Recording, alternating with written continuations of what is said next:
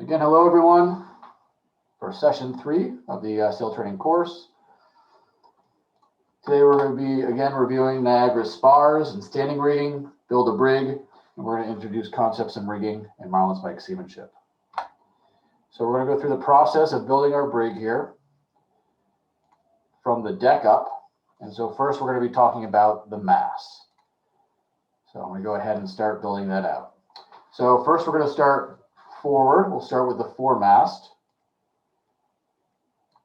I think I can use a little bit thicker of a foremast there. So I'm going to go ahead and there we go.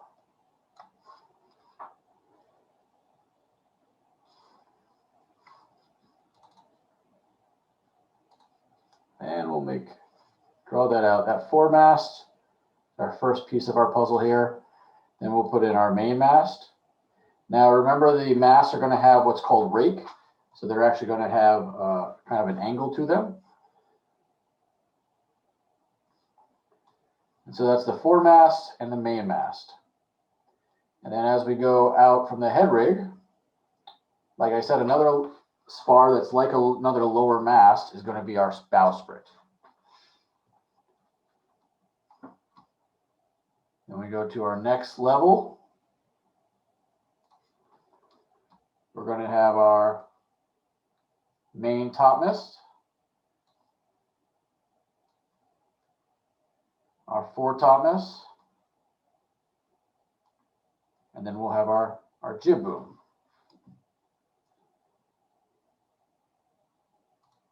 Then building out from there, we'll have our topgallant mast. So our main topgallant mast and our fore topgallant mast.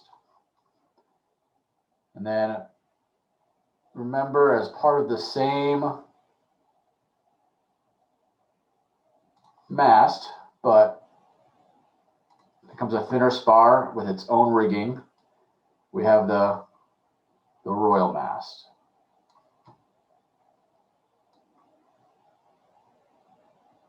And that's the mast that the royal yards are set on. So there we have our main and fore stacks of masts. Then we'll kind of complete our head rig here. So we have our bowsprit, our jib boom, and then our flying jib boom.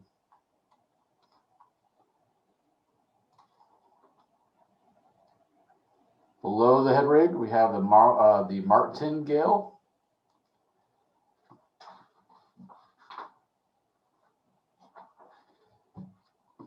So the martingale there. And then I won't draw it for right now, but as we all know, we also have and I'll put it right here like it's square to us. That's the bowsprit. No, sorry, the bowsprit. The spritz yard. Question here from Susan: is the order that you just drew the spars going in the same order in which they actually get stepped and sent up? That is essentially correct. Yeah, so you start with the lower mast, then you have to keep working up or keep working out. Yep, so starts with the lower mast, then the topmast, then the topgallant mast and royal mast. And the same in the head rig. First it's the bowsprit, then the jib boom, then the flying jib boom. So it keeps building on each other. Question about what I'm drawing with. I'm actually just using the Zoom annotate tool in Zoom. All right, so we have our mast there. Now we need our mast we don't need our mast not to fall down. We need to keep them in place. So we're going to draw out some of our standing rig that's going to help us with that. So first, we're going to start in the head rig. As I mentioned, everything for tuning and rigging the ship all starts in the head rig with the bowsprit. Well, that's a circle, and that's not what I want to draw. So we're going to do what's called a bobstay. So first, the bobstay is going to keep the bowsprit down. Then with a foremast, we're going to have a forestay. And for the mainmast, we'll have a mainstay. Something I want to mention is we're going to be kind of talking about the general arrangement of the stays and shrouds. I'm not going to draw out every one of them, so it doesn't get too busy here in the drawing, which it will anyway. But on a warship like Niagara, most of the standing rig is going to have, in particular the stays, is going to have multiple stays. So in particular for the fore, it's going to have an inner and outer forestay. And same with the main, an inner and outer forestay.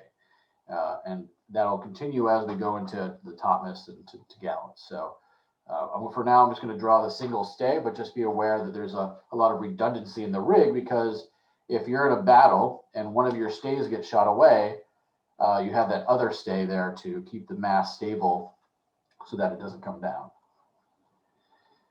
Question here from Sarah. Sprit yard counts as a mast because it's not rigged with a sail, right? It's still considered a yard. Traditionally, or before, historically, that yard did have a sail called the sprit sail. It would be the sprit sail yard. But since ships like Niagara, in particular Niagara, didn't have a sail on that sprit yard and it was used for rigging at that point, it would be a sprit yard. It wouldn't be considered a mast, but a yard. How does the main stay go around the foremast? Question here. The mainstay, there's actually two of them, just like the fore, inner and outer mainstay. It actually goes to the starboard side of the mast, of the foremast. So there's actually a little chalk or piece of wood that is bolted or with some adhesive to the foremast that helps keep that main mast there, but it does go on the starboard side of the foremast. All right, working our way. So we'll continue working our way out. From the jib boom, we're actually going to have a stay here.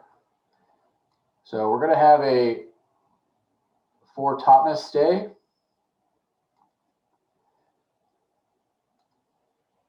And then we'll also have a jib stay.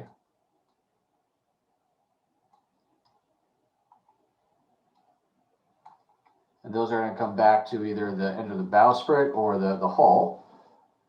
And those are actually two stays that we have sails bent on. But we'll talk more about that. So now we have supported the jib boom as well as the fore topmast. Then the main topmast is going to have its own stay. And then as we continue to work up to gallant stay and a fore royal stay. Then we'll also have a main to gallant stay and a main royal stay. And these stays here would be what go through the martingale, so that you have an extra or additional increased amount of angle for hauling that flying jib down, or flying that jib boom down. How does the bowsprit counterbalance torque from the mast from Harold?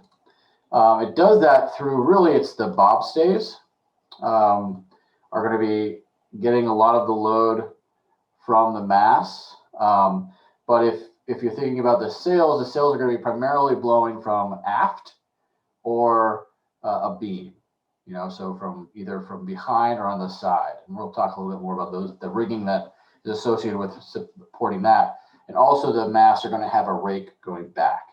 But essentially it all leads, as we started, from the bowsprit with the bobstays. And when we rig the bowsprit and tune it, we are going to pull down on that really heavily, upwards of 10,000 pounds, to really try to bring that spar down and get those bobstays tight.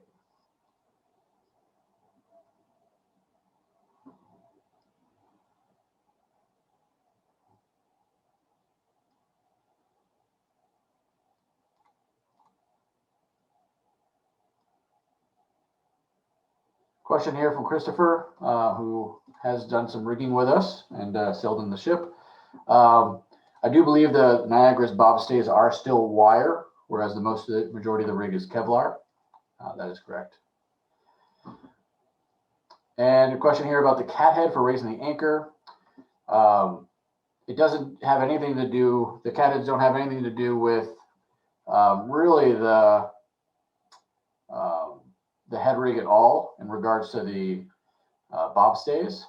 But it does, is an area where we do have a connection for the guys, for the jib boom, the flying jib boom guys, so that you can have a little bit more of an angle there. So we do have some parts of the rigging set up there, but nothing we're talking about right now.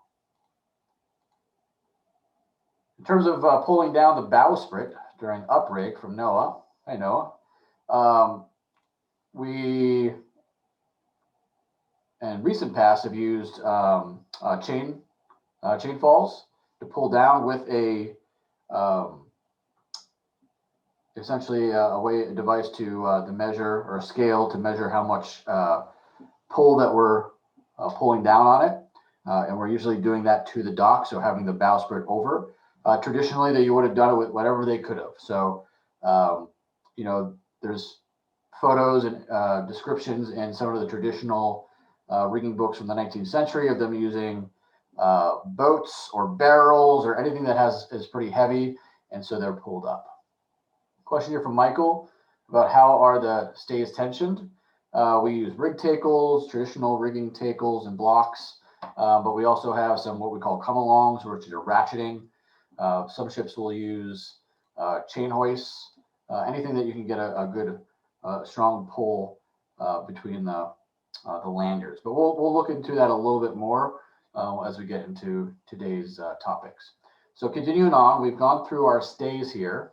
Next, we're going to be talking about, I want to talk about the back stays. So on Niagara, the lower shrouds for the lower masts are acting as backstays. So we're not going to have official backstays for the lower masts, but we do have a set of backstays for the topmast, topgallant, and royal. So first I've put down the 4 topmast backstay, 4 topgallant backstay, and the 4 royal backstay. Now, these backstays are going to have a port and a starboard side. So we're going to have a starboard 4 topmast backstay and a port 4 topmast backstay. For our purposes right now, I'm just going to draw the 1, but just realize for backstays and for shrouds, you're going to have a port and a starboard.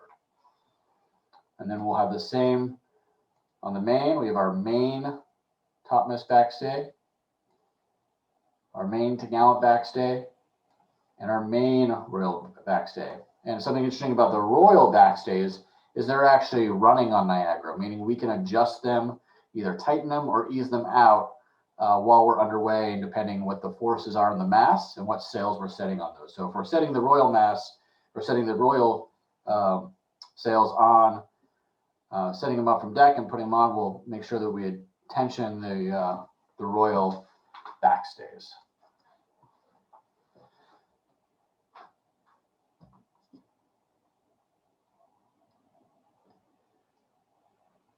So all this rigging, which we're going to go through, is either going to have what's called dead eyes or hearts. And they're really kind of these wooden blocks or wooden vessels really to allow what's called the lanyards to be rolled through so that you can tension the lanyards to tighten the part of the standing rig that you're tightening, whether it's a stay, shroud, or backstay. So we'll take a look at that as we go through, and hopefully that'll answer your question a little bit more. So from Emma, are the backstays attached near the center line or outboard? They're going to be outboard. So either port and starboard side, going outboard of what we call the hammock rails or the side of the ship. So we'll look at it as we go through the class today. We'll be talking about the channel, which is where majority of the shrouds, the lower shrouds go to, which will also be where the backstays go to. Question here from Colin. So are the royal masts always rigged and not sent up or down as needed? Yeah, so the royal masts being connected to the gallant masts are always rigged if the gallant masts are up. There has been some start of the seasons every once in a while where, based on the situation, we'll just have topmast up at first. But for the majority of the time, we'll have the gallant and the royal masts rigged. So now we have our backstays set up for a mast. Now we need to put shrouds onto the ship. So here we're going to go ahead and we're going to put some lower shrouds on. Before I do that, let's put a mast cap there. We'll put a fighting top. Make it look a little bit more like the real thing here. There we go. And that looks good. Now we'll start adding those shrouds. So the shrouds are going to come from the hounds, the lower masts. And like I said, because of the rake of the masts, so this is going to be the four shrouds. In particular, this would be the starboard four shrouds based on the orientation of our drawing here. And then we have our main lower shrouds, our starboard main shrouds. So again, the shrouds are what support the masts, port and starboard or thwart ships. They're also going to be what are used to climb up the ship, utilizing ratlins, which we'll have a picture of that later in the session. Then moving up, we're going to have our topmast shrouds. Choose a different color here. All right, so we'll have our topmast shrouds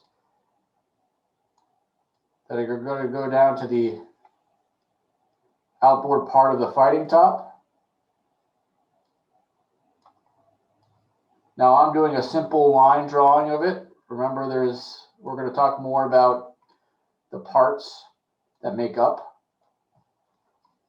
these parts of the rigging and how they get put together and get tension. And then below the fighting top, so that the topmast shrouds don't pull up on the fighting top and pull it out and make it a big C curve to the sky, or a big U, I guess. We have what's called futtock shrouds underneath. And those futtock shrouds tie into the topmast shrouds, but then go tied into the lower shrouds. And we'll have a picture with some labeling that I'll show you later that kind of makes it a little bit more clear. But for now, just believe me, futtocks are all tied in. All right, I'm gonna throw in there our topmast cap, and then we'll have our topmast cross trees, and our main topmast cap, and our main topmast cross trees and trestle tree. So now we're moving up to the gallant shrouds. And so the gallant shrouds will pass through a groove at the end of the topmast cross trees. And they actually cross and go down to the fighting top. That's just how they're rigged. So that the access to tensioning or tuning the shrouds is actually from the fighting top and not aloft at the cross trees, which would be more awkward because there's less and less to stand on up there. All right, so that is the main standing rig for keeping our masts upright. And now we can start adding some more of our spars onto there. Now, isn't this going to be fun? So I'm going to go ahead, I'm going to leave all of this here and see if I can make it even more complicated for us. So we're going to go ahead and let's add a spanker boom. Let's add a spanker gaff.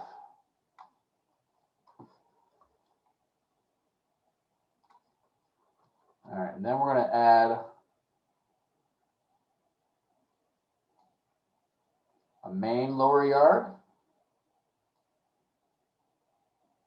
and a fore lower yard.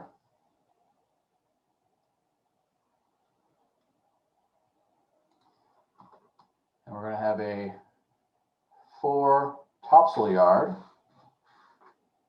and a main topsail yard.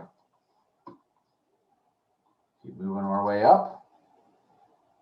We have a fore to gallant yard and a main to gallant yard. And then we'll go ahead and we'll put these standing. But remember, the royal yards and sails get set from deck. So they're not rig standing, they're set flying. But we'll go ahead and put them up here. We have our fore royal yard and our main royal yard. All right. So those are our main additional spars we've added. Now let's start. Oh, Christopher Berg here, you are completely right. We should throw in our snow mast there. Nice catch. So let's go ahead and do that. So just aft of the main mast, we'll have our snow mast, which is a much smaller diameter and is used for rigging the spanker, boom, and gaff and lacing the luff of the spanker to it.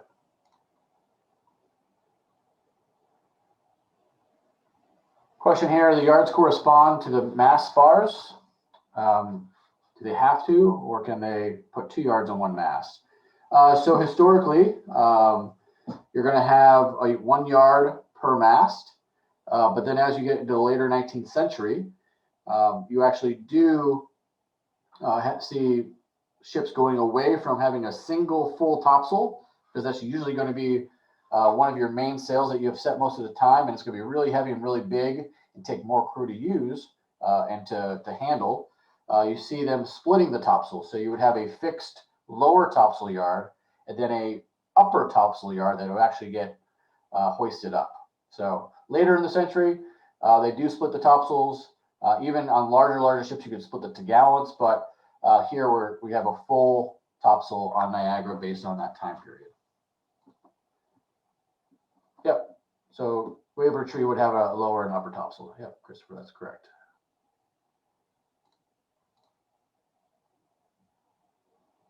Yep, as you go up, you would need another mast as you go further up, generally. Again, you can split, but for the most part, you'll have a yard per mast. So we have our yards there. Let's start adding some sails. So this is something we have talked about previously. We've had some diagrams of. Let's go ahead and start drawing some. So I'm obviously a professional artist here, so I hope you enjoy my drawings. So we're going to start with the lower yard here, which is fixed, which will have the foresail or forecourse set on. And then we'll have the main course or mainsail to the main yard. Then moving up, we'll have the fore topsail yard. So we'll have the fore topsail. So the fore topsail is a hoisting yard. And right now it's in a position of being set. And you can see the lower corners of the sails pulled down to the yard below. Now, right now we're just talking about terminology and how things are set up. Next week, we're actually going to get into some of the more terminology of the actual sails, the running rigging, and then into week 5 or session 5, we'll get into how these sails are set. So we'll have the fore topsail, and then above that, the fore to gallant. And then above that, we have the fore royal. And then on the main mast, we have our main topsail. Then we have our main to gallant. Then we have our main royal. So then we have, that's all of our yards. Now we're going to work our way from forward and work our way aft. Quick question before I move on. Does the bottom edge of the mainsail and fore mainsail connect to something on the rails or deck?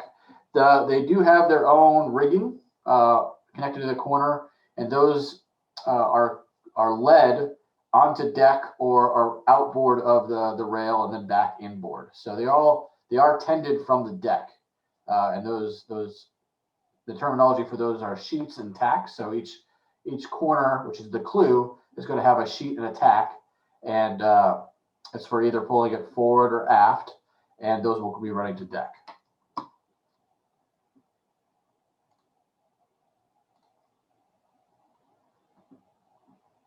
If question here, if bowsprit fails or is blown away. Yeah, I mean, if you lose any large portion of the rig at any point, then you're going to have failure in other parts of the rig. So if you're thinking, okay, what happens if we lose the bowsprit, which is the beginning of all the other rigging, then you're going to have some major failures of other parts of the rig. How are the gallant shrouds rigged normally, if not rigged as benthic shrouds like Niagara? Well, if you're on a larger ship where you're rigging them similar to how the topmasts are rigged, you would have a similar type of like futtock shrouds, like the topmast would have, but they would go down into the topmast shrouds themselves, and you'd have a futtock shrouds, and then you'd have the gallant shrouds go to their own hearts, most likely. How do you keep the royal yards from fouling on anything? Well, Robert, essentially you set them from aft, and we keep tension on them, and sometimes they do, and sometimes we have to lower it and hoist them back again. So, yep, Greg Bauer is pointing out Pride of Baltimore demasting. So yeah, the Pride of Baltimore in the mid-aughts had a failure off the coast of France, where they had a hardware failure in the head rig for one of the bowsprit shrouds or bobstays, and had a almost an entire rig failure. And luckily, no one got hurt, and they were able to get back into port and re-rig the ship. But I do recommend Pride of Baltimore 2 demasting. It is an interesting thing to read about. What supports the spanker boom and gaff? They both have their own piece running rigging that will support them. So for the gaff, it has halyards, and the boom has lifts. And we will talk more about that on a future session. All right, so those are our sails on our yards, or our square sails. So starting from forward, on this stay that goes out from the top of the royal mast to the flying jib boom, we're going to have the flying jib. And it's a flying jib because it has what's called a running tack, meaning the lower corner here has a tack line that actually goes to the end of the flying jib boom and then actually goes all the way to deck, and we can adjust the height of the flying jib whenever we set it. Whereas for the next sail, which is on the jib stay, which is also, if you look where it starts at the top of the forward topmast. So it is a forward topmast stay, but its particular name, named after the sail that's set on it, is the jib stay. So that is the jib.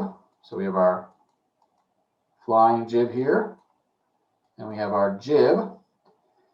And then we're going to have on the other fore topmast stay, we're actually going to have the fore topmast staysail.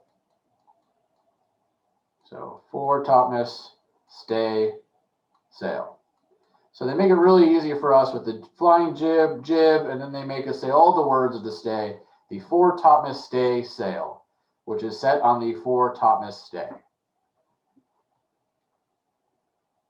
And then moving aft between the two masts, starting down low on their lowest stay between the two stacks, we're going to have our main staysail, which is rigged onto the mainstay.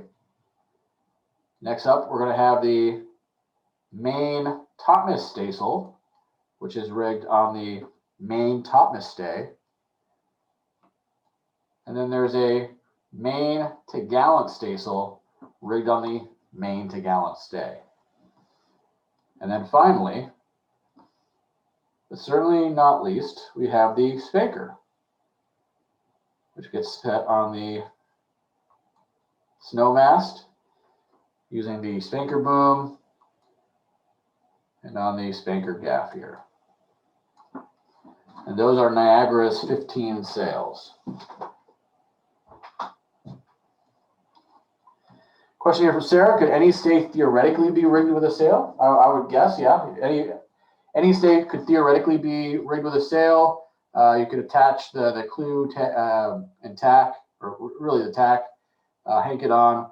But really, these are spaced out so that they don't overlap too much. There's some overlap that's good where you can get the sails to work with each other in terms of sail efficiency. But if you start putting them together, they'll start actually backwinding each other or blocking each other's wind. But yeah, theoretically you could. One of the things we don't normally do, unless it's a good point of sail, is actually have the mainsail and the spanker set at the same time.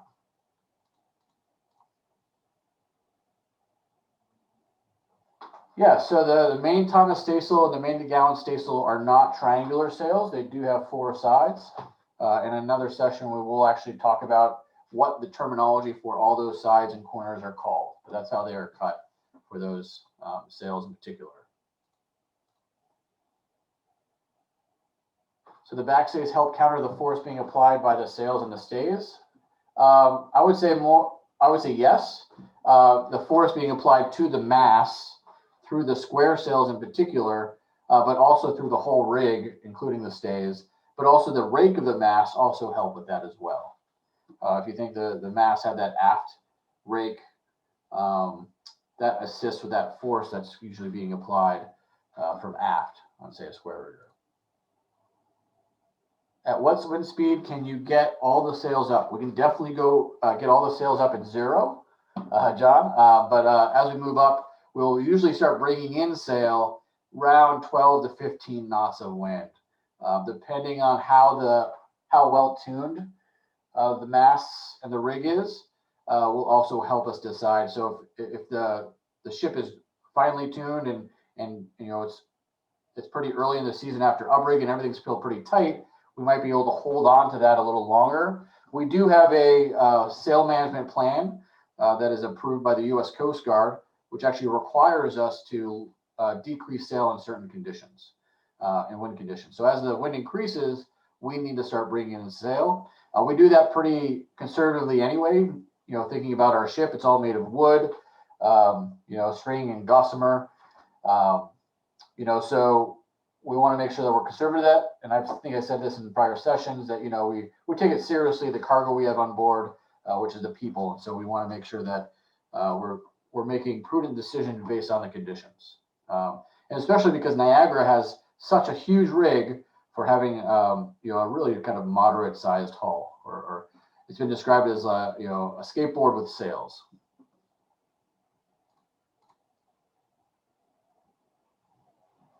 Question here, you can hold on to all that at 12 knots. Yep, we can hold on to this at 12 knots. But at 12 to 15 knots, again, depending on the wind conditions and the tune of the rig and how the masts are holding up, whether we're getting too much of it, the rig working, we'll take things in. I can't say what the original Niagara started bringing sails in. I would imagine they probably held sail longer, but I really couldn't say. There's no, we don't have any kind of exact knowledge about exactly how they would have handled or brought in sail at that point. How often does the rig have to be tuned? Generally, we'll tune the lower rig once a season or once every other season, based on how loose over one full season it's gotten. Every time we actually have to take, we bring a mast out and re-rig it, we'll tune it. The topmast and everything else usually gets done once a season, but the T'Gallant and Royal, it really depends on the season and how much slack gets put into those, and also what our schedule is. In 2019, since we visited all 6 Great Lakes, we had to go under a lot of bridges and low-hanging cable, especially with higher water levels in the lakes that summer.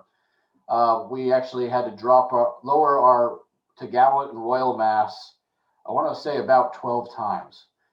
So that was 12 times we actually had to retune the rig. So sometimes it can happen a lot. Sometimes we'll only do it a couple times a season.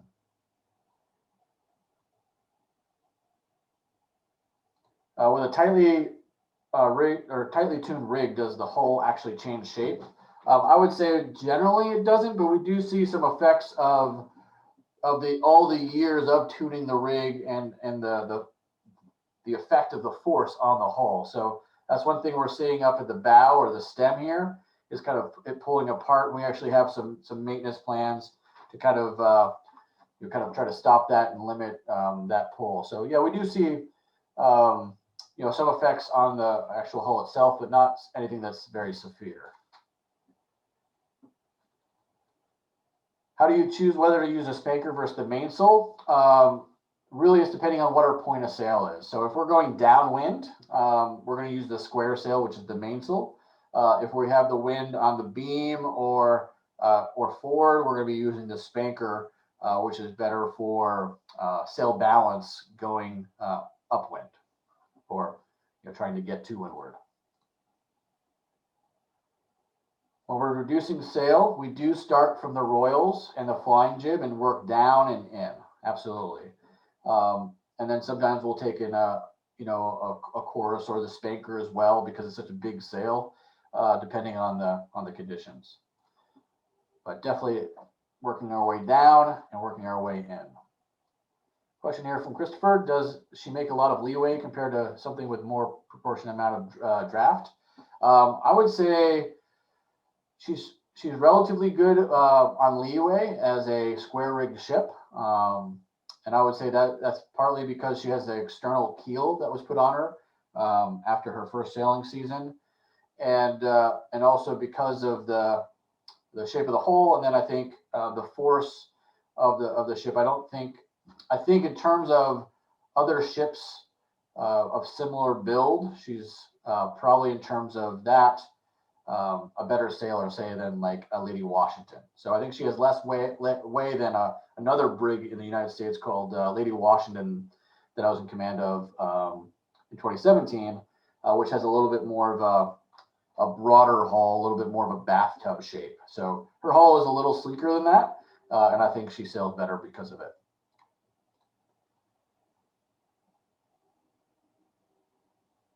Yep, time to drop and rebuild for going under another bridge.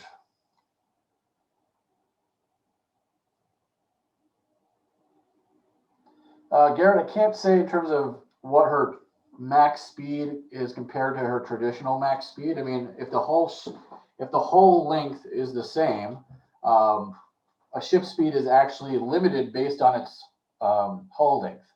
So if the original Niagara was this exact same length, then it would potentially be able to go the exact same speed in terms of max. Now, it might go different speeds at different conditions based on the shape of the hull. But ultimately, that's all we can conjecture in terms of the original ship or not. We do fly flags from the Royal Mass every day. They get set in the morning at 0800 and taken down at sunset. External keel is probably about a foot plus. They wouldn't have had that. The original ship would have been a very poor sailor, would have had a lot of leeway because, again, it's a barge with guns. It's a warship meant for one battle. So it would have not been built as carefully as this ship was built and designed, and also the added external keel helps a lot. So you would not have had that for the original ship. All right, so we're going to go ahead and move on with the from Build a Brig. This is something that we will actually do again next week because we'll want to keep doing this. I think repetition is really important for this terminology. And I will recommend that you do your own Build-A-Brig drawing as between the sessions and label things as you go to help you kind of remember and learn the terminology.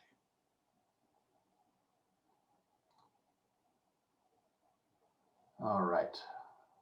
Go ahead and it won't let me actually clear. There we go. So we cleared that. And now we're going to move on to Marlin Spike seamanship.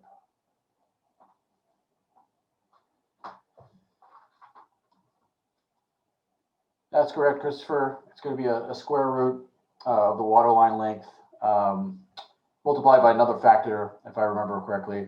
I don't remember the top of my head right now, but yeah, you're limited by the length of your hull and how fast you can go, no matter what. So getting into Marlin Spike seamanship, we're talking about rope work and the maintenance or creation of rigging and the arts associated with it. So this includes all the knots, splicing, lashings, whippings, and we'll be talking about that as we move forward.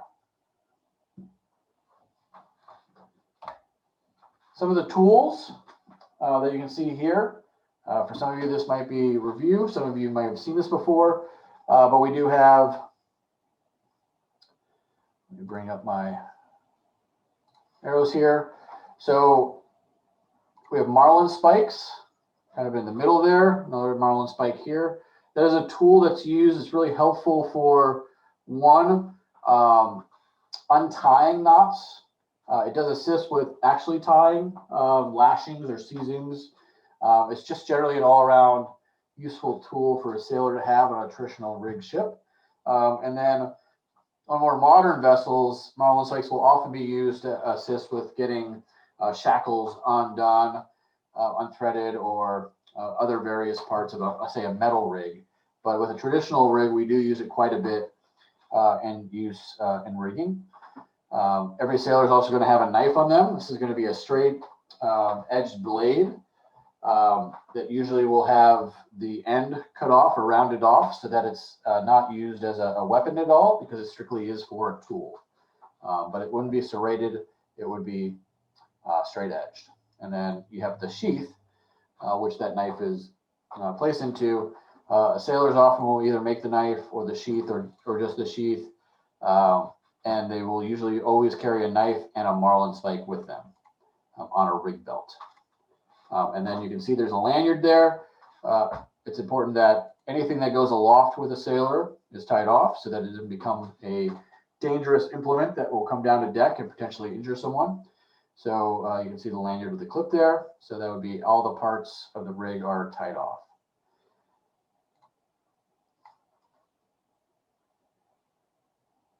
Christopher here, not to be too picky, but there's a tether line extremely short. Yeah, I would appear that in this picture probably because you're going to want to be able to have that, use that knife in any in your stretch of your own arm. So I would agree. On the upper left here, we have what's called fids. So these are traditional fids, wooden fids used in splicing and rope work and allow you to break or open up the strands of a line and other various uses of doing rope work. Then below that, we have what's called a Swedish fid, which is just an open faced here, which just makes it a little bit easier for passing parts of a splice or the strands as you're doing tucks when doing splicing or other various rope work. In the lower left corner, we have some sail making tools here. We have what's called a sailmaker's palm. There's also a rope palm.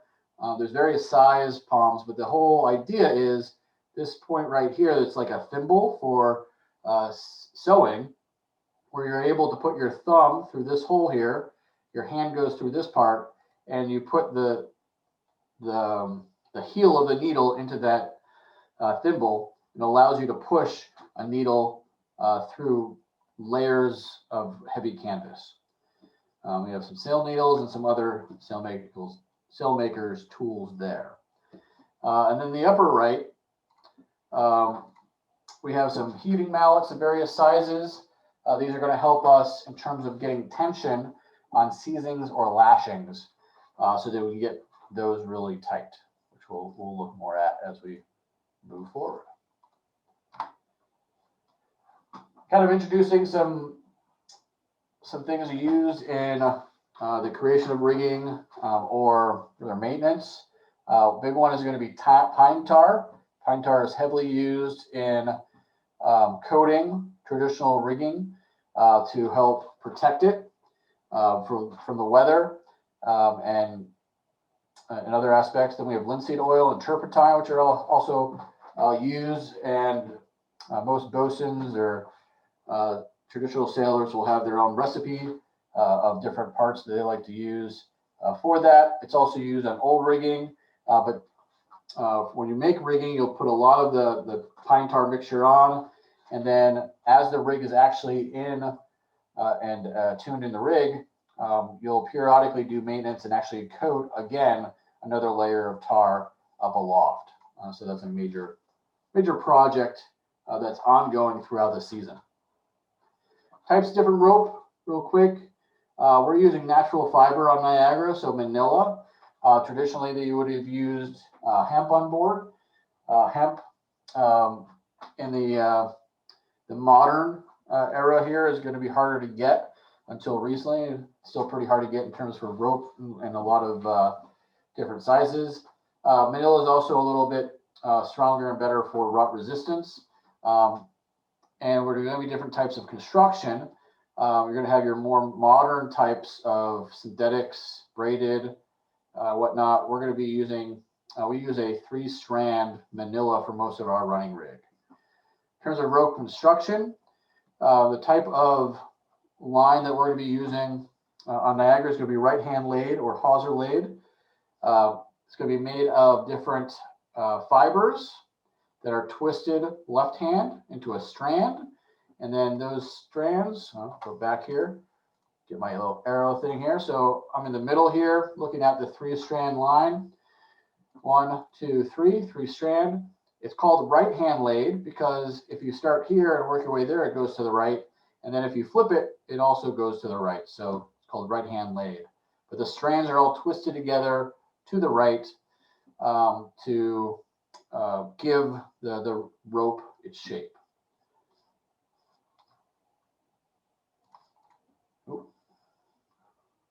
Move down.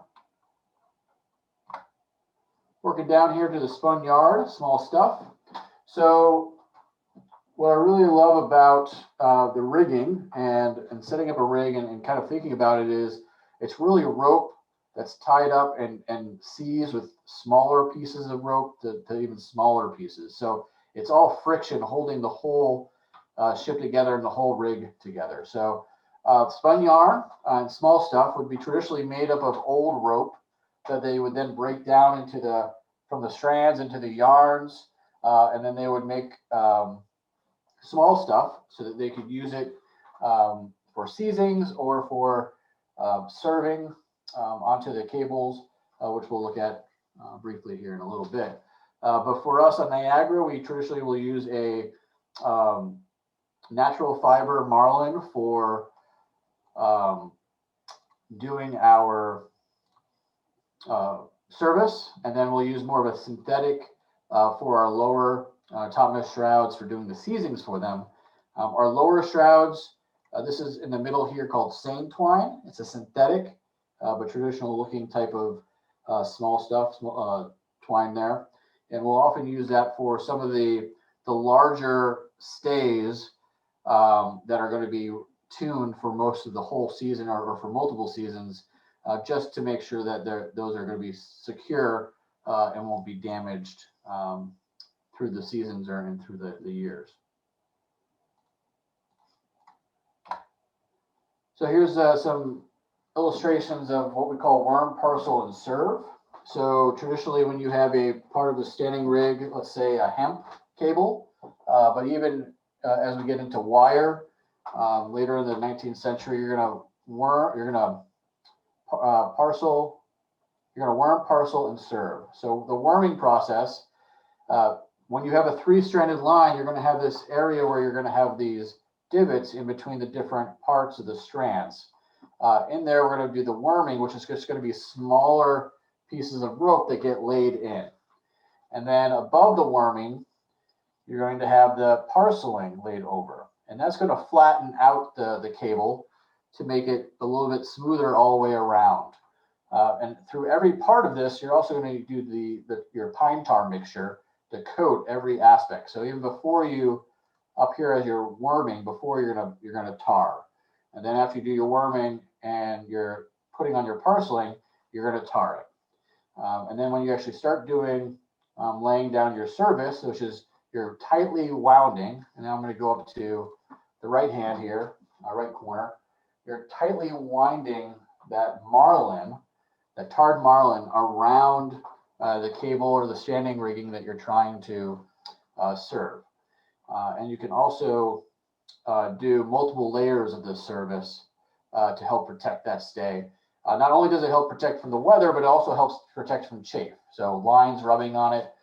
This is going to be sacrificial line here around it to protect what's underneath. Question here about parceling. What is parceling? So it's going to be the whatever material you're using. Traditionally, it's going to be some type of canvas material that you're laying on top and wrapping around that cable. So it's going to be a canvas. Sometimes I will see some people use, in particular, tight round splices. They'll use some electrical tape, or not electrical tape, but some type of tape that you can use so things don't move around. Friction tape. Sorry, that's what I was going for. Friction tape. But for a long service, we're going to use canvas that's been cut up that allow you to wrap it.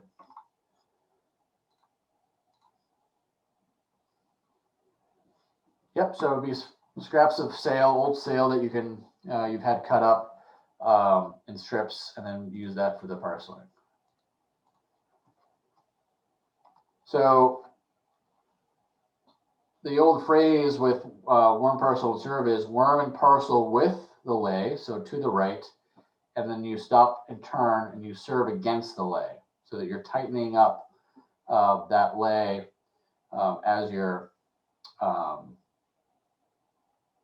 serving. And then there's other aspects of this, so it's a little bit more to it when you're actually going to the rigging process, when you're actually splicing eyes into let's say a stay. You're going to be thinking about which way the stay is going to go on the mast, what kind of what is going to be the route for water, and to protect it, you're going to actually serve in certain directions so that the service. So that the parceling and the service have lead any kind of water down rather than up into, and doesn't create any pockets in your service so that any weather can get through. In terms of service, we have these serving paddles here, or mallets. These are going to be of various different sizes. You can get ones that don't have a spool like this one. You can have hand size mallets, for doing repairs in your service, or you can get large ones like in the picture where you have a spool on it so that you don't have to have somebody with you passing the ball of small stuff or marlin around as you go. So it's nice to have a spool on there. You can actually go around and do it. One person can do service rather than having to have a second. All right, moving on from there. Then kind of introducing splicing. So one big one is the eye splice. That's usually what we'll teach first in our programs. And this there is information online. So if you want to learn how to splice, we're not going to get into it. But there are videos online you can use and grab yourself a 3-stranded line and learn how to do this process. It is one of the fundamentals. You also have the short splice. So bringing 2 ends of a line, or 2 different ends together. This is going to be your strongest of the splices that bring 2 ends together. Then you're going to have the long splice. The short splice is going to create a little bit of a bulky splice there where the 2 come together. The long splice allows you to expand your splice and so that you have very little bulkiness, and the line is then able to pass through blocks so that you can still use it as a part of your running rig rather than short splice. It would be able to go through a block. Then rope grommets. Rope grommets are used in the making of strops for blocks and various other reasons and purposes, but This is another thing that you can learn as part of the rigging, building a rig. It has other purposes as well for making grommets for sails and other aspects of the rig. And the short splice is going to be stronger, correct?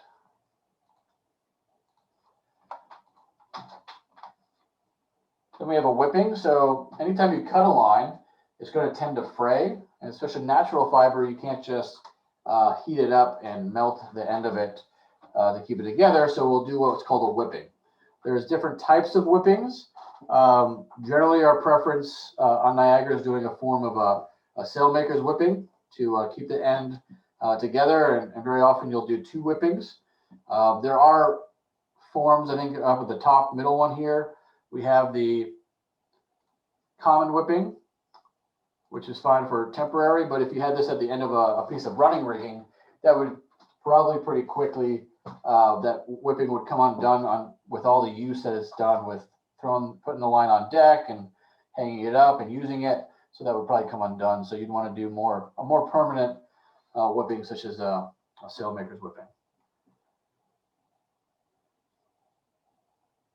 I am recording this session, so we will have it available tomorrow. So take care there, Kaden or Catherine.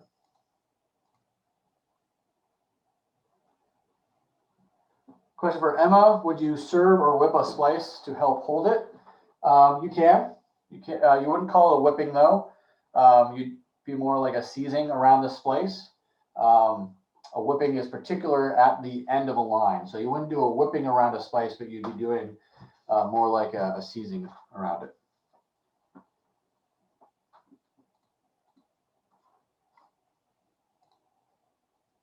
All right, moving on. So seizings, I was just mentioning, there's going to be different types of seizings. Here we can see in the picture to the left, we have what's likely a stay here, a heart, and then these are going to be seizings right here along that stay. And they're going to be round seizings. So they're a type of way of binding two parts of a line together to keep it in place. And so you see in the middle, we have a round seizing, racking seizings, and throat seizings. Those are really the three seizings that we're going to be talking about today for our use on Niagara and rigging her. So first is the round seizing. The round seizing is going to have a first layer of that line wrapped around and then hitched off. Then you're going to have what's called covering turns. And then we're going to have some frapping turns that go through the two parts that are going to bring everything together and make it really tight. In the middle picture here, this is Niagara's most recent bosun, and she's doing a round seizing, which we'll see a little bit further out on another slide, but she's doing a round seizing on the mainstay. So in 2019, we had to retune the main mast.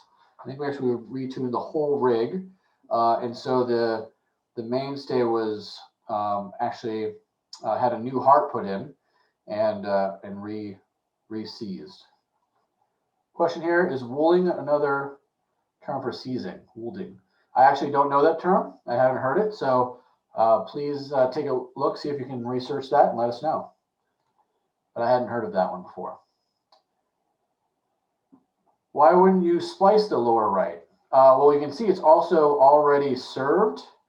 And let's say you have a crack in this heart.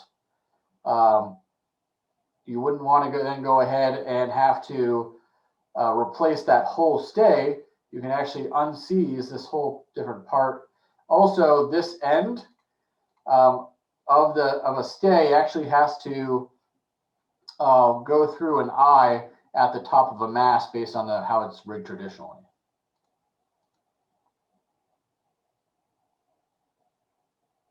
So again, a round seizing is going to be so that you can rig the stay or the shroud or whatever it is, and then end of that is going to be have actually a throat seizing. So this doesn't have it there, but it'll be a throat seizing and then a couple round seizings. But we'll see that here soon.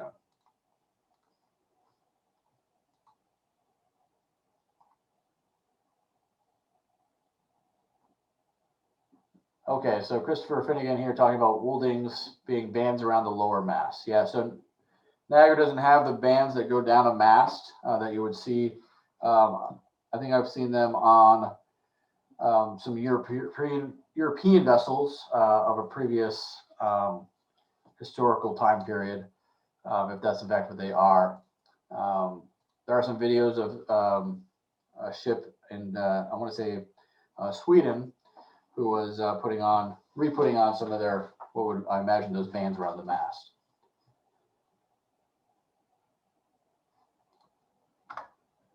Racking season. So this is going to be the one that we do the most in the uprig period.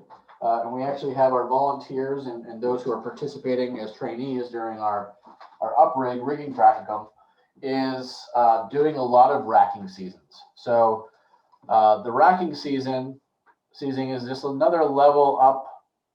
It just adds another layer of friction to the seizing for the different parts of what's called a lanyard. So in this picture here, this is going to be Niagara's shrouds, lower shrouds.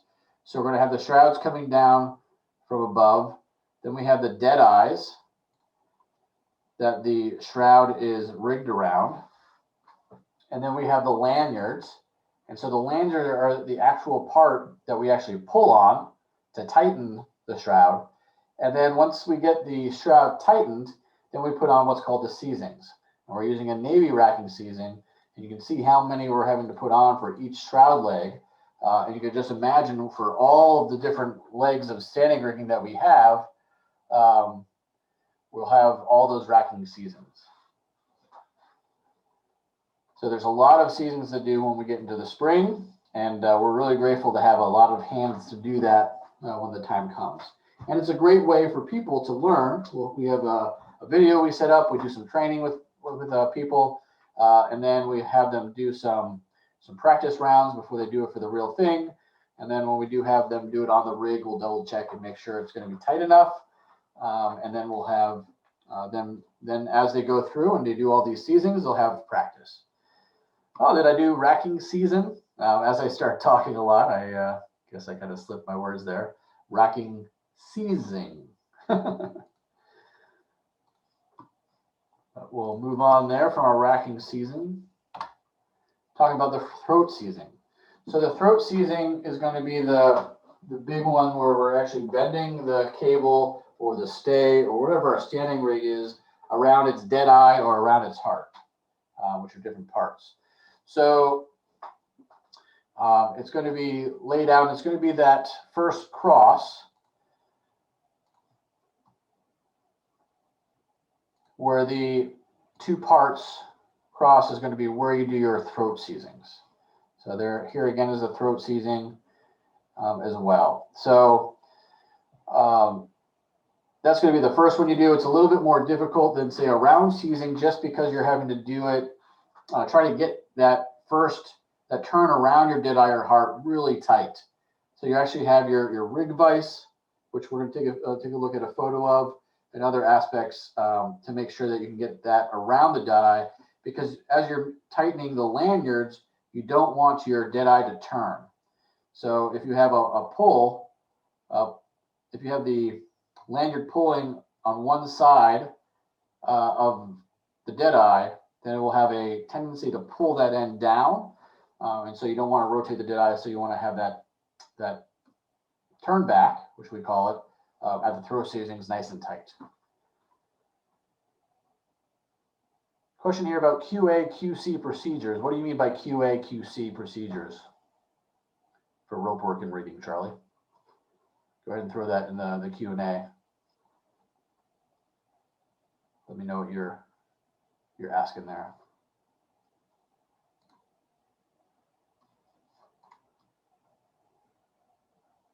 What quality control procedures for rope work and rigging? Well, really that's going to be, thank you, Susan. Quality assurance, quality control. That's really going to be at the overseen by the various levels in the chain of command, and particularly those who are tasked and hired to do those kind of do that management. So it's going to be one, the chief mate of the ship is ultimately responsible for the rigging the ship, and then that also does mean the tune and the quality of the work done. And then you're going to have the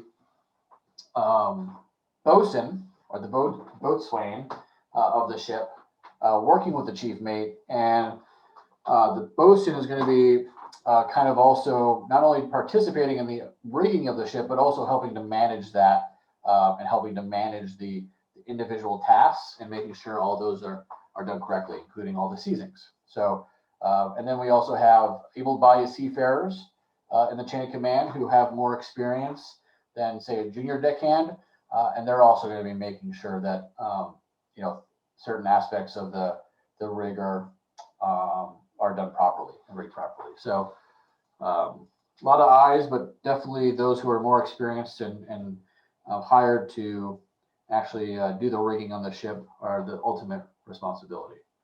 Question here from Christopher: how are throat seizing finished?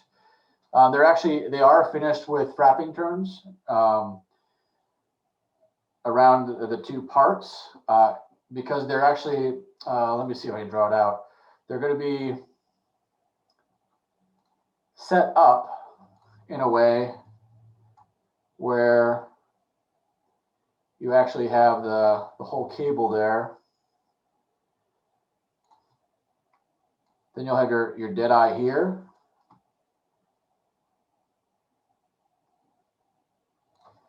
And then you're going to be bringing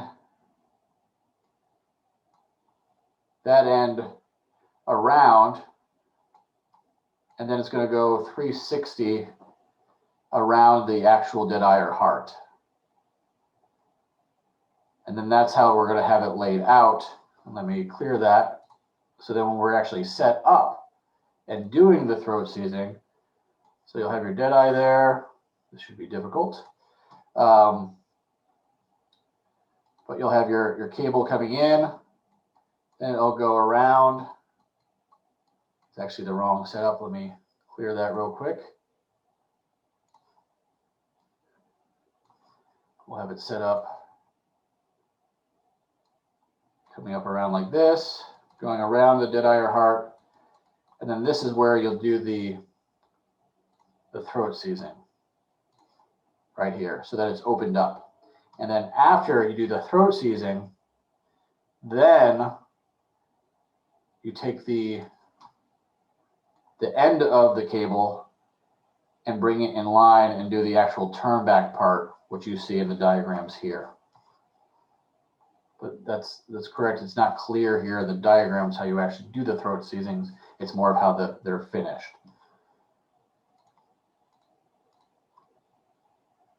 So we use the racking seizings for the lanyards of this different standing rigging, the actual part that we tension to tune the rig, which we'll see a picture of on another slide. I do mean when I talk about the dead eye turning, its ability to be able to rotate in the loop of the rope because it's not tight enough. That's correct.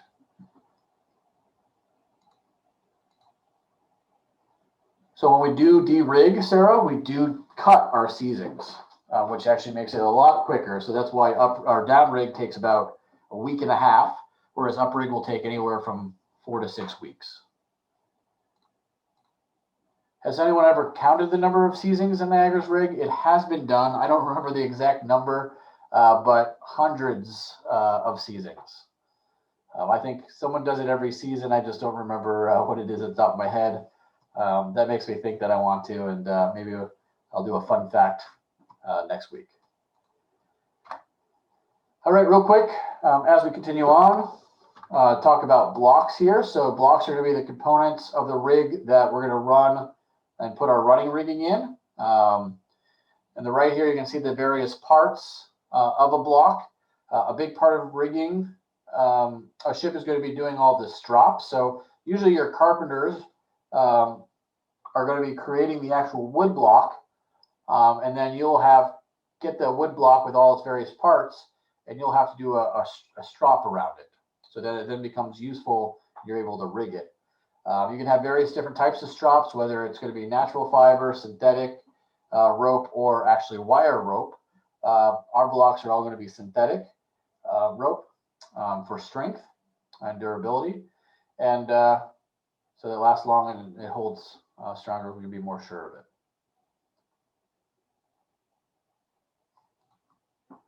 Block strops, like I just mentioned, you can see on the left here, that's a picture of Niagara Spaker boom right here. So you can see that strop going around, being able to lash it around the boom, and it goes around the block here for the Spaker sheet. Another one here as well. So many different ways of stropping a block, the various types of usefulness for the rig based on what its purpose is. Tackles and mechanical advantage are very important in rigging a ship, and also in terms of what you're using to actually give you the ability to set sail or hoist things while not having hundreds of people on board. So it allows you to reduce the amount of people and gives you advantage in terms of allowing to apply more force for less work. Question here from Antonini. Did you mention ship maybe disassembling her whole rigging each winter? Kalmar Nickel, we do similar to Kalmar Nickel. I believe she doesn't take her lowers out, but takes most of her rig down, and we do that as well. We'll actually alternate between topmast. So very often we'll have our lower mast in and maybe leave a topmast up, and then every other year swap those out for maintenance. But for the most part, we take the majority of our rig in for service and maintenance every year. Yep. Dead eyes, hearts, and collars. So this is some terminology I've mentioned previous in the session. I'm going to go ahead and circle. So first, talk about dead eyes. So dead eyes are going to be the wood there that you have the holes that have been drilled out and set up for the lanyard. So in this case, you're going to have a dead eye with 3 cutouts in each lanyard or each dead eye. And so you can see you have an upper dead eye and a lower dead eye here, and the lanyards pass in between the dead eyes, and then you'll hook up some type of tackle, rig tackle here, and then that allows you to tension the rig. You can see over on the left here, there's actually an illustration of that, using a tackle here and tensioning a set of dead eyes. Over to the middle here, we have a heart, which is more of an open face and has grooves in it here for a lanyard. So usually our larger shrouds are going to have, or all of our lower shrouds are going to have these dead eyes, and then most of our other rigging are going to have the hearts. And then I don't have a good diagram of the collars, but we have some collars here for the forestays, horse collars that allow us, that actually are much larger to allow for lashing around the bowsprit.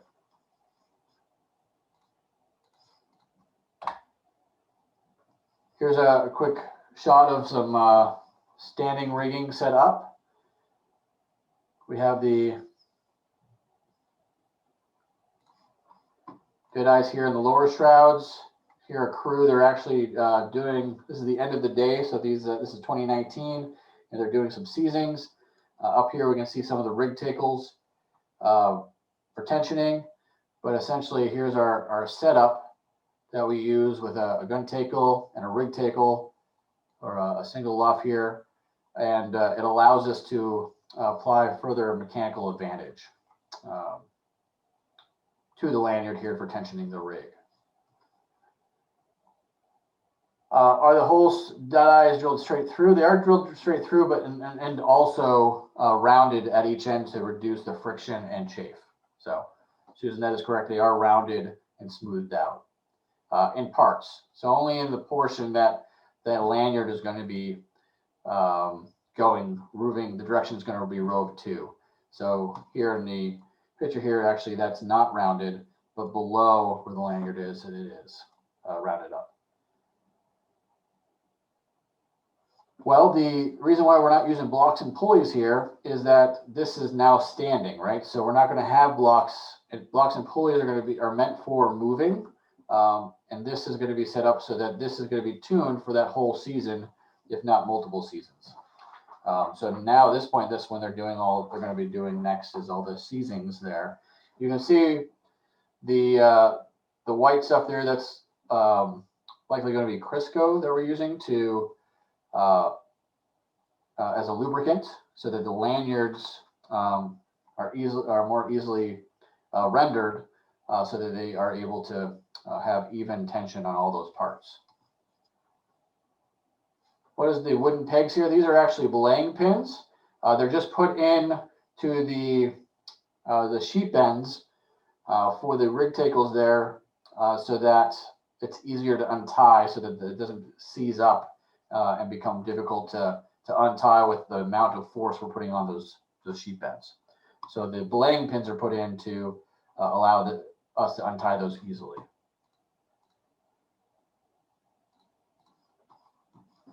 I'm going to clear all of my circles there and move on to the next thing. So here are some pictures of the last time we had one of our lower masts out of the ship. We do that about every 7 years.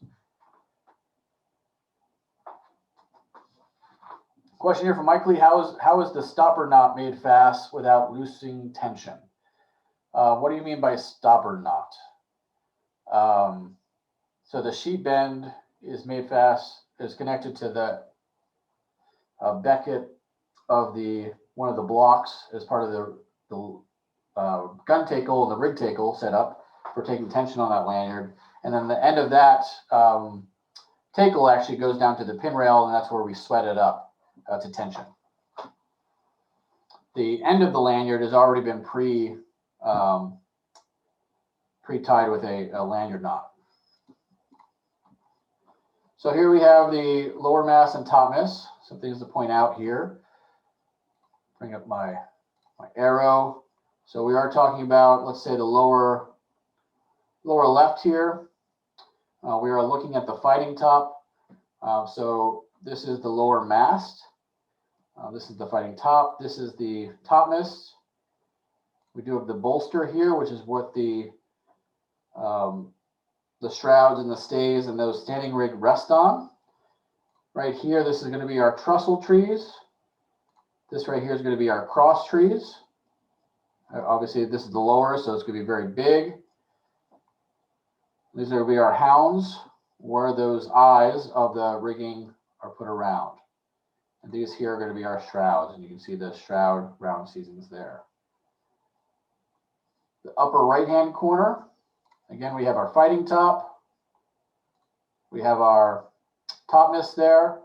And this picture, the topmast has been put in and rigged with the lower mast, so they'll both be put in with a crane at this time. Most of the time, our lower masts are in, and we actually send our topmast up using the capstan.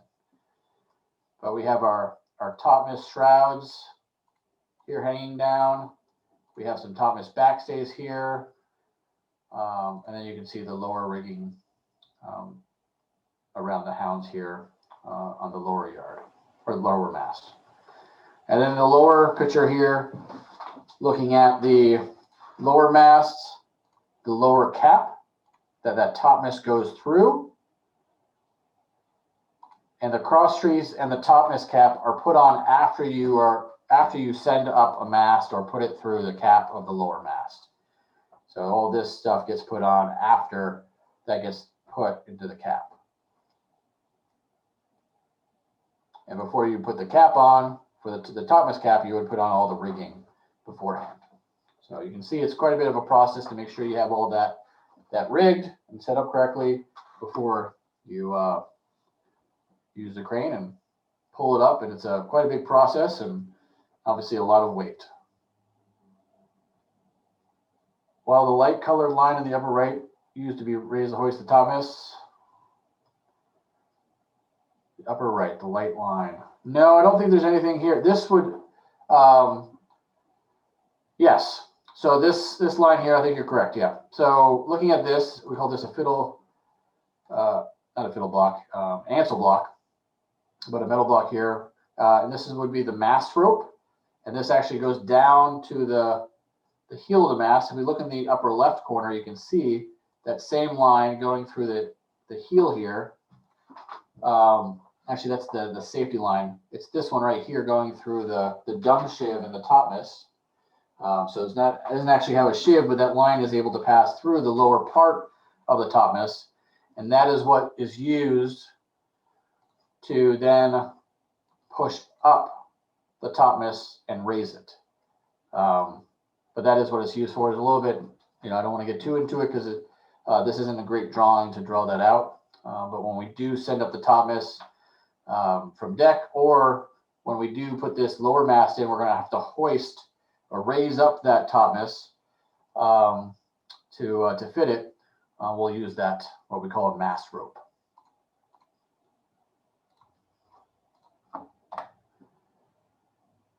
Oh, we have some arrows that have gone astray here. So the most, what I'm talking about here, I try to point out, in the picture on the right, this is the bowsprit. Then we have the jib boom. We have the forestays here. So this is where I'm talking about. We have an inner and outer forestay.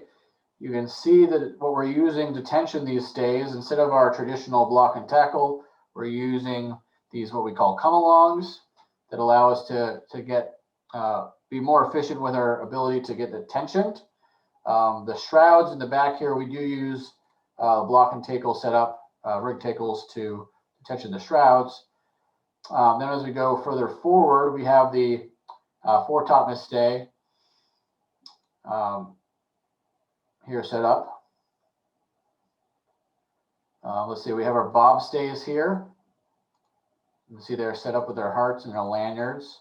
So all these different stays, we're going to have either a dead eye or a heart or a collar set up so you can have lanyards and tension the lanyards to tighten everything.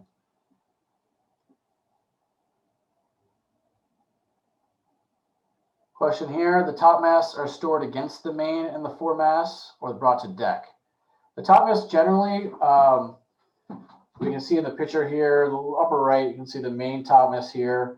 When we do lower them, we're usually lowering them to bring them in. So usually we're going to send them all the way down and bring them inside our facility in our shop and do maintenance on them. Usually, if we're going to keep them outside, we'll just keep them rigged fully and not house them, which is where you bring them down halfway and then secure them for a certain period of time. But when we do go to bring them in, we have to house them first and then take the cross trees and the caps off, and then we're able to send them down. Yeah, I guess that's James, that's a way of thinking about hearts are precursor to thimbles. I would say the difference kind of is you do have those grooves. So in the left-hand picture here, this is a zoomed out picture of our past bosun, Cece, doing a round seizing on the mainstay. So we do have our heart here. She's doing that seizing there. She's using rigging vices to bring the different parts of the stay together. This is the throat seizing is right here. And then she's going to put another round seizing right here. So there'll be 2 round seizings after the turn back on this. And then we're down on the deck of Niagara here.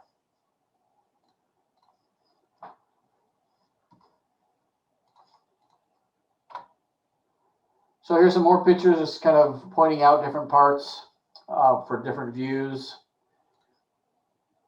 So in the left-hand side here, we're at we're on the fighting top, looking down at some of our shroud legs here. And this is our hounds. You can see the bolsters right here. So this is our lower mast. Moving into the middle, you can see this is actually a topgallant mast going up. So here we have our 2 parts of the mast rope that have some fair leads here at the top, and then they go through a dumb shave at the heel of the mast. And then below that, there's where the actual mast has the FID go through, we have a holdback line that we use to keep the mast off the hull of the ship, off the rigging, as well as off the fighting top as it goes up, so we have more control. And then this is actually all with the capstan. So one of these parts are affixed here or dead-ended on the topmast, but another part goes from a block or ensign block here at the cap and actually goes down, and outside the picture goes down to the capstan, where there's another snatch block that allows you to bring it horizontal to the capstan. And so this is being hoisted with people on the capstan bars walking around the capstan. And again, that's how we do everything from the T'Gallant and Royal. Here's also a good picture. So this is our T'Gallant. This is the T'Gallant Hounds. This is the Royal mast. And then here you'll have the Royal Hounds. And so that's how that one spar is kind of broken up into two parts. So the hounds are the actual position of where the eyes of the stay or the standing rig is placed. That's the hounds. So it's a general area. Oh, how long is it? Off the top of my head, I would say that entire length is probably about 30 feet. But you can remember there's a little part, there's part of that's going to be doubled up at the doubling at the top of the topmast there between the cross trees and the cap. So probably above that, from the topmast cap, you probably add another 25 feet. In the right-hand corner, what we're looking at, we have, again, these are going to be some shrouds. These are going to be topmast shrouds. These two sets here. This actually here is going to be the backstays. So there's two legs on the starboard side. So these are the starboard backstays on this topmast here. And then below that, we're going to have one of the topmast stays. So I can see here, there's a yard. And then it's above the fighting top. And there's the topmast. So this is the topsail. And this gets hoisted up when it's set. So this is going to be the stay. So this is going to be the main topmast stay. So from the water line to the top of the main mast is going to be about 119 feet. And then for the foremast is going to be about 116 feet.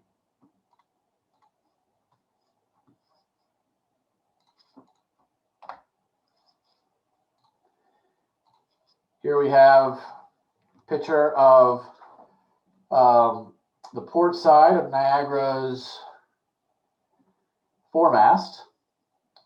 And I can tell that because I see we have a sail right here, which is going to be the main topmast staysail. And we have stays coming to the back of it. So that's going to be the fore. So we have the foremast here. This is going to be the fore fighting top, the fore topmast. The yards we're looking at is this is the foreyard. Then we have the fore topsail yard. So then we have the port fore shrouds right here. And we have the port fore topsail shrouds, or the port fore topmast shrouds. And this is the location here. You can see the hearts for the topmast shrouds there, or sorry, the dead eyes. And they're connected to these hooks that are on the outboard ends of the fighting top. And then so the hooks there, which are then connected, hooked into the futtock shrouds, which there you can see are actually affixed to the lower shrouds. And so that's where the futtock shrouds, so as we tension the topmast shrouds, it tensions the futtock shrouds, which then pulls against the lower shrouds. So all of this is tied in together, and there's actually what's called, we don't have a good sight of it here, but what's called the catharpins or catharpins that then draws the two lower shrouds together to kind of complete that whole circuit of tension from the topmast to the futtock shrouds to the lower shrouds, then to the cat harpens. It definitely is a feat and quite a process and a lot of teamwork as we rig the ship. Scale question. What might be the diameter of the line wrapped around the foreyard and the foresail? How big are the blocks immediately below the foreyard? So I think you're talking about right here at the clew of the foresail. Most of our lines here, we're going to be working with 7/8 most of the time, 7/8 inch diameter line. In terms of the block size, I don't have a good terms of, like, this is just estimating off the top of my head, but maybe 18 inches. These are sizable blocks for the tack and the sheet on the clew of the foresail. And they do come down to deck, so it's definitely something that we have to be aware of when we're setting, as well as when that sail's getting furled. It's one of the heavier parts of that foresail. Something else to point out, you can see our cables here. You can see on the forward shroud, often called the swifter shroud, it has been served so that marlin has been wrapped tightly around that shroud all the way up. That's because of the chafe that we'll often see with the yard in lines on that shroud. But you can see on the other shroud legs, we keep that open. Don't have as much chafe, and it keeps a pretty traditional look there for those shrouds. And then you can see the ratlins. So the ratlins are what the crew will put their feet on as they climb aloft, and then you hold on to the shrouds. And obviously this picture has so much rigging in it, we could keep going, but those are the main things I wanted to point out for our purposes for this evening. Now we're kind of at the end of our session here. So kind of the resources that I would recommend you kind of look into. Google Play has a lot of free traditional seamanship books. A good one is the Young Sea Officer's Sheet Anchor. Has a lot of great diagrams and a lot of descriptions. Somewhat, a little bit to get into, but it's a good resource. The Arts of a Sailor is a nice book for those who are getting into it, and we still use that on the ship when we're teaching, or if you want to look out how to do something that you don't do very often. That's a good resource. The Rigger's Apprentice by Brian Toss is an excellent resource as well, and there's others, including masting and rigging, and others even beyond that. But for kind of this evening, in terms of what we've been talking about, these are some good resources that I would recommend. Question here from Christopher. So do you store the forward shroud with the parceling in place when you downrig? Or is it, I would say what we'll do is if we are taking the lower mast out, we'll inspect it and see if it needs either new service or if there's any parts of it that needs patch service, or see if we actually want to take that service off to inspect below it. Unlike wire rope, it's going to be, you're not going to be as worried as for the deterioration being hidden from you, or any kind of erosion or corrosion or rusting as you would wire with Kevlar. And you also have the other shrouds that kind of show their wear, and you'll be able to kind of have a sense of where that shroud leg is likely. So, but again, we do take those lower masts and shrouds out about every 7 years, so they hold up pretty good over a period of time. Do we still use pine tar when serving the shrouds? We do. So we'll still put in pine tar with the natural fiber service that we're using. Even in that process, we'll actually still tar the rig and all that service to protect it as well, to keep it in place, because as it dries out, it becomes more brittle.